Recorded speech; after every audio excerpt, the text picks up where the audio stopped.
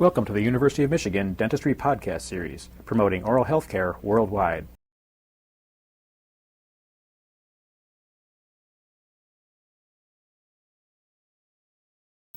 The general objectives in the laboratory course in oral surgery include the development in the student of an introductory knowledge to the basic armamentarium used in minor oral surgery. Also, to develop a satisfactory degree of competence for introduction to the clinical aspects of oral surgery. Specifically, we want to provide experience in the proper sequence and proper use of instruments for the development and design of mucoperiosteal flaps, the proper handling of soft tissue, the relief of bone in simplifying the extraction of teeth, the use of elevators in mobilization of teeth, the sectioning of multi-rooted teeth, forceps application and delivery of teeth, alveoloplasty and alveolectomy procedures, and the closure of the wound. The animal specimen which we use is the mandible of the pig. It has certain drawbacks, but it does give us some experience in the handling of soft tissue, bony, and dental tissues. The procedure which you will be asked to do during your lab will be introduced and demonstrated to you at this time. The initial step in the extraction of teeth is the development of the mucoperiosteal flap. This will be carried from the second molar in the posterior region around the neck of the second molar into the embrasure so that the papilla is included within this incision, staying close to the neck of the tooth, through the embrasure between the first molar and the second bicuspid, staying again in tight contact with the tooth, through the embrasure of the first and second bicuspids, and then around the neck of the first bicuspid, and then extending along the crest of the ridge a short ways anteriorly. It is important to keep the number 15 blade in tight contact with bony tissue. Following this, the development of the mucoperiosteal flap with the periosteal elevator, the small end, the sharp end, is felt to be the most adequate and the best way to develop this mucoperiosteal flap. Starting in tight contact with bone, the periosteal elevator is worked posteriorly around the necks of each teeth into the embrasures, separating the mucoperiosteum from its bony attachment. Care is made to keep the point of this instrument always in tight contact with underlying bony tissue.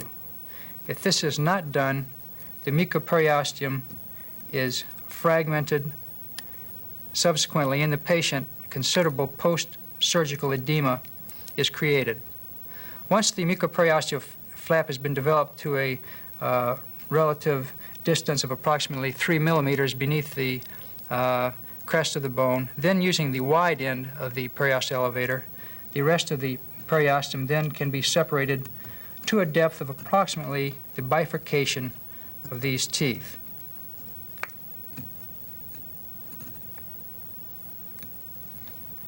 Now I can demonstrate to you the approximate depth of the reflection of the mucoperiosteum.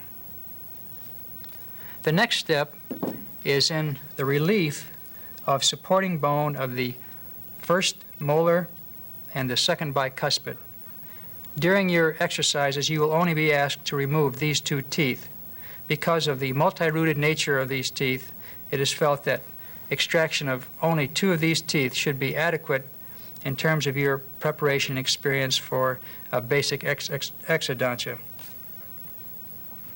Using a pin grasp with good finger rest, you can move the single beveled osteotome in a horizontal direction along the crest, shaving crestal bone off, as you see demonstrated here.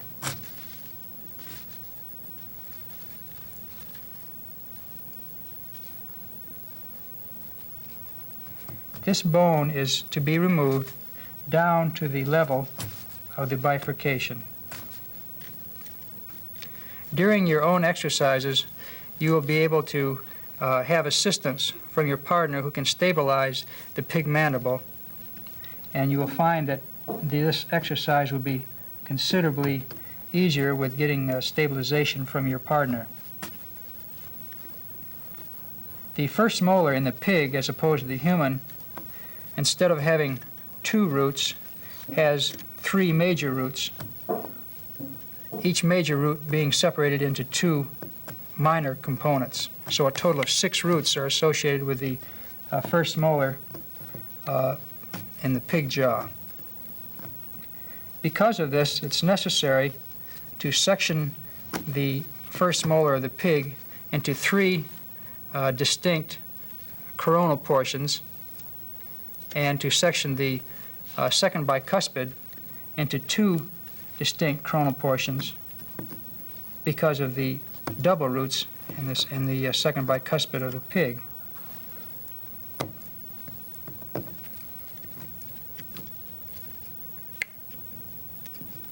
During this time, with accumulation of osseous tissue, as you see that I'm removing from the operative site, it'll be necessary for you to stop intermittently and remove this as it accumulates. In the human being, because of free-flowing hemoglobin and saliva, with the aid of your assistant who is suctioning the surgical field, these materials do not accumulate, and they can be cleared very nicely from the field by means of this suction. Unfortunately, that is one of the drawbacks of working on the animal specimen. Okay, now we can see that the bifurcation of these 2 teeth are illustrated here. Here's the bifurcation level in this tooth, and then the bifurcation is seen in this area and in this area. Here we have bifurcation. The next step then is to place slots within each bifurcation area using a round burr. We will come in to the bifurcation area right at the junction of the bony alveolus and penetrate posteriorly to the lingual bone.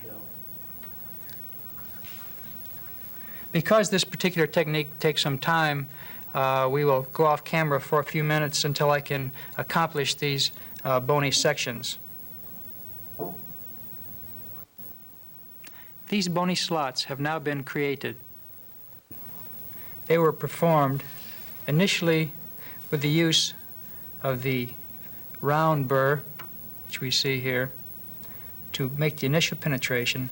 Following this, the use of the cross-cut fissure burr to create a vertical type of slot in each of these bifurcation regions.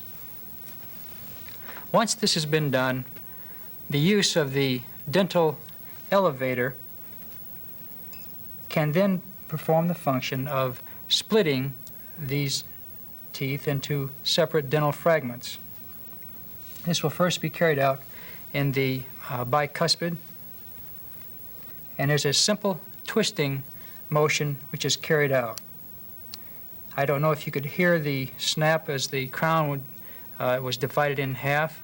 I will use a larger elevator to provide a larger type of force between these 2 fragments. I think now you can see fairly well that there is indeed a separation in the mesial and distal halves of this crown. I will perform the same technique on the molar in each of these separated portions. You probably could hear the sectioning of the crown at this point.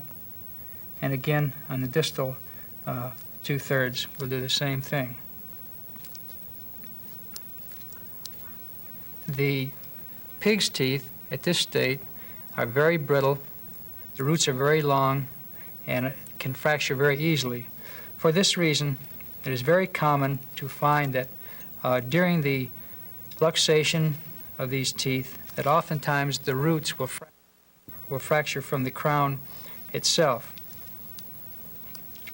After the separation has been accomplished, which we have just now done, we will then luxate each individual fragment to get it loose within its separate alveolus. And we'll start on the mesial portion of the second bicuspid and rotate toward that tooth. We'll go into the slot and rotate these fragments in a mesial distal direction. We'll go into the bifurcation between the second bicuspid and first molar and do the same thing with each of these fragments. You will find out when you start working on human beings that the teeth are much easier to luxate and to produce a fracture of the alveolus, so that delivery of these teeth are much easier. We will then use the lower universal forceps, the number 151.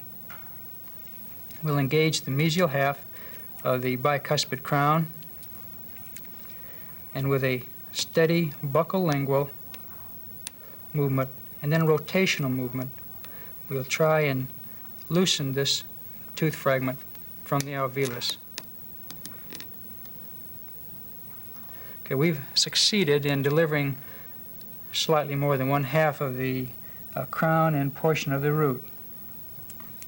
We will then go on to the distal half of the bicuspid and perform the same procedure again.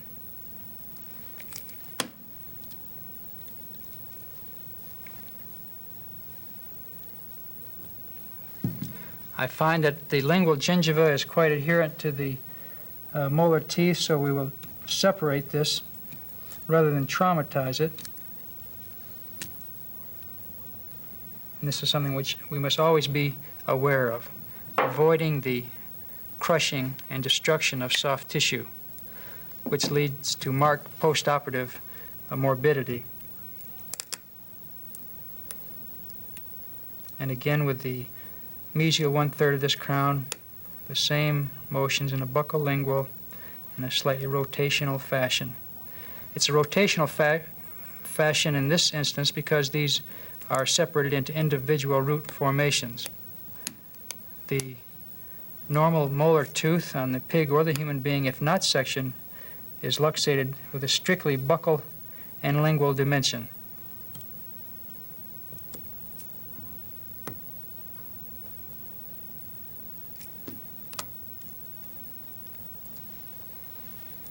I just illustrated there what can happen during forceps delivery. You noted that the central portion of this tooth, when I exerted considerable force, jumped up out of my extraction forceps and slipped to the lingual.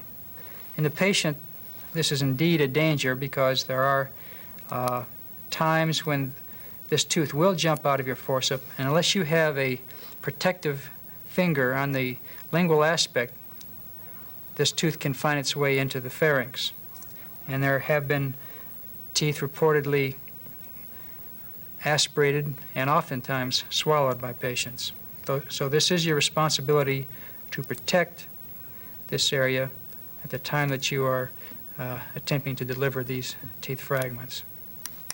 We have considerable resistance in this last or distal third of the crown, and with additional force, we've succeeded in sectioning the crown from the root halves. We will then proceed from there to using crier elevators. Crier elevators are in pairs. They are triangular with points. These points can be inserted into the alveolus along the side of the root fragments, and these root fragments can be lifted up and out of the socket.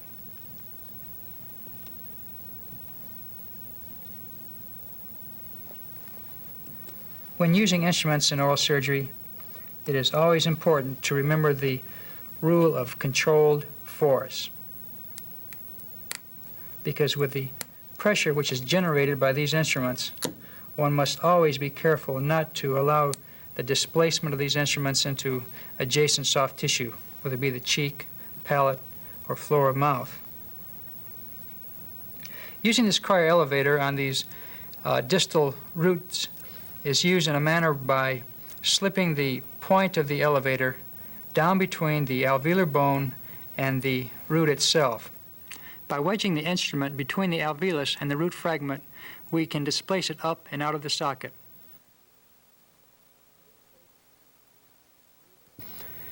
In this case, the root is continuing to splinter, and this is a very normal thing to occur in pigs because of this particular animal, I'm sure, has been dead for a period of weeks, and because of the non-vitality of the tooth, they're extremely brittle, and rather than being delivered in one piece, they come out in a number of very small fragments. In addition to the use of the crier elevators, root tip picks can also be used. Root tip picks are again matched pairs, and these are used in the same fashion as the crier elevators.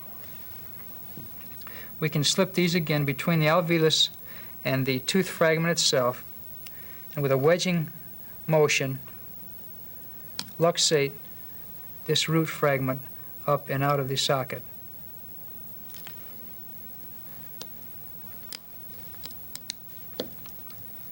And we have one last root to remove, which is on the distal lingual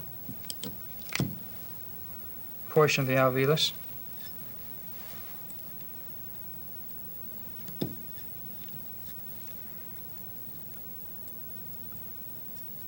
Now that this has been accomplished, we can then proceed with the smoothing of the alveolar ridge. This is extremely important from two aspects. Number one, it is important to remove any devital or bony irregularities which may delay healing, consequently making the post-operative period uncomfortable for the patient.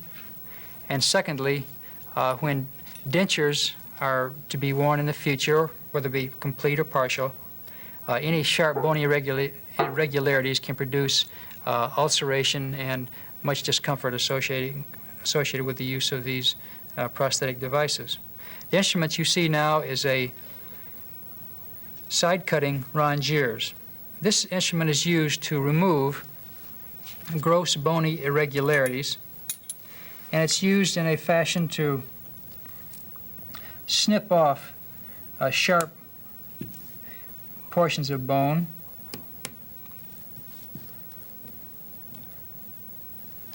which, if not snipped off, would have to be resorbed by the normal body processes. This, of course, taking a period of weeks to months.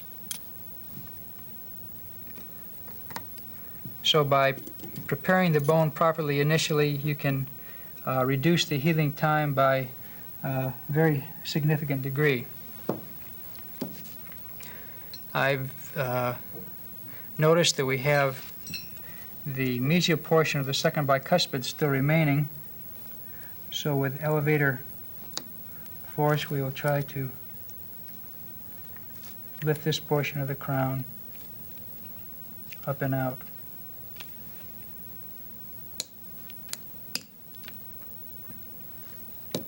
Again, we encounter a great deal of brittleness in these roots.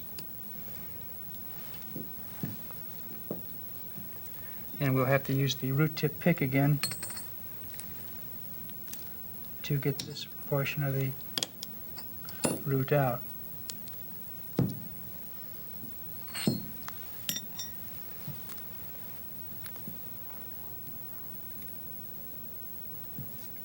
Once the gross bony irregularities have been removed, then the second instrument which we will use is the bone file. The bone file can finish off the job that the rongeurs initially began. And this is accomplished by using a finger rest and a drawing or pulling type of motion to remove these sharp irregularities. The ridge does not have to be reduced to the point where you have a very flat plane. It's completely acceptable to have a ridge which has bony contours in it, but it's necessary for these bony contours to be smooth, to be free of any sharp ledges or bony spicules. We now have an alveolar ridge which is very smooth and free of sharp irregularities. At this point in the animal laboratory, you will take this specimen over to the sink, and you will be able to cleanse this prior to the suturing exercise, and that's what we will do at this time.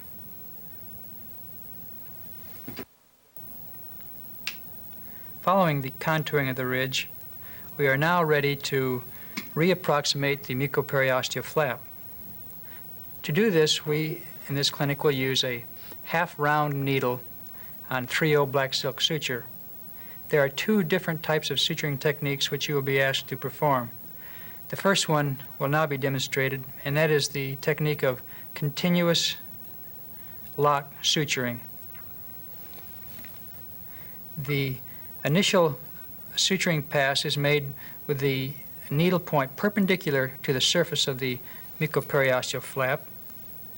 It penetrates the flap, comes out, and then picks up the lingual mucoperiosteum and through. Then the suture end is tied. It's tied in a surgeon's knot, and the tissues gently approximated. With few exceptions, sutures are not to be tied under great tension. Now we continue this continuous lock suture, first by removing this small tail. We will place our next suture in the papilla area between the first molar and second bicuspid, which we have just removed. And it's a good principle to only pass your suture needle through one flap at a time, rather than trying to pick up them both with one pass. The reason being, as you've just seen there, this tissue is very friable, and it's very easy to tear this tissue if you're not extremely careful.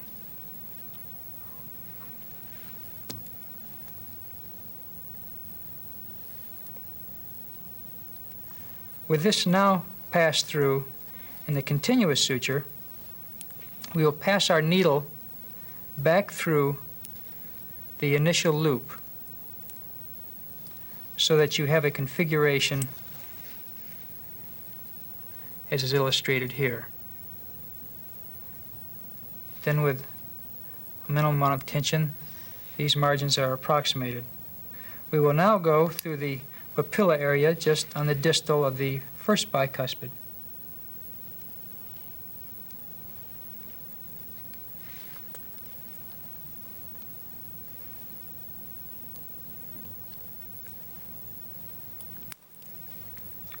We usually pass our sutures from buccal to lingual because our buccal mucoperiosteal flap is the one which, in almost all instances, is the one which is reflected.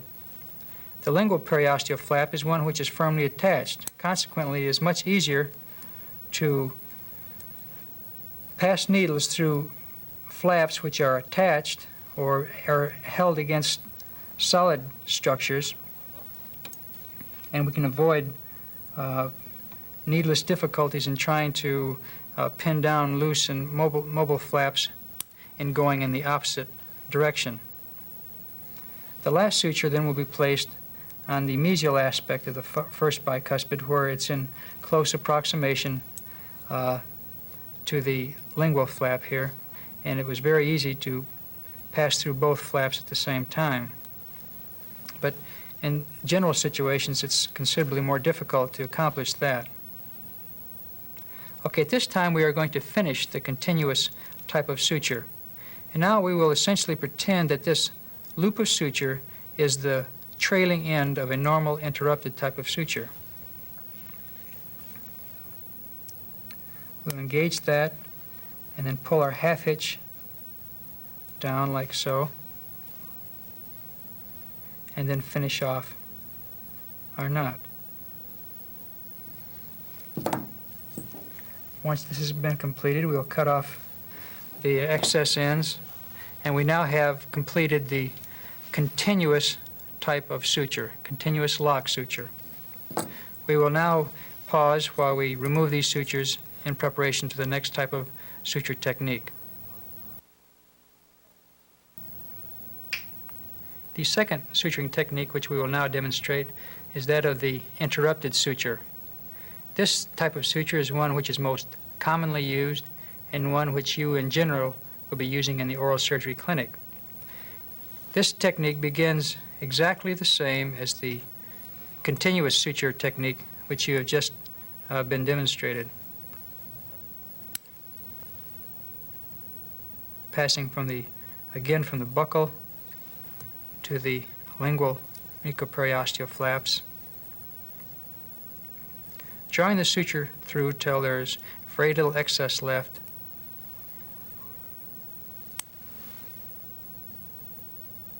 Again, with gentle support approximating the mucoperiosteal flaps, and then tying down your knot.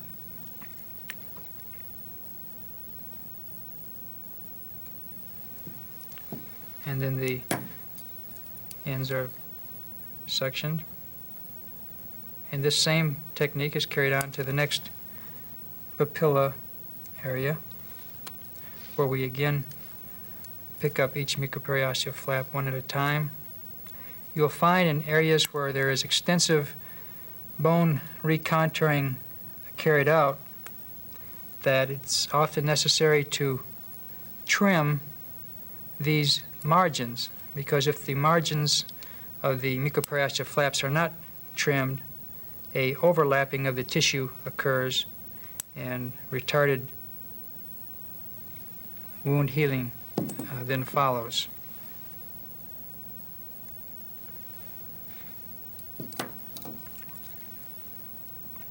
The next suture then again is carried out in the papilla area between the first bicuspid and the second bicuspid.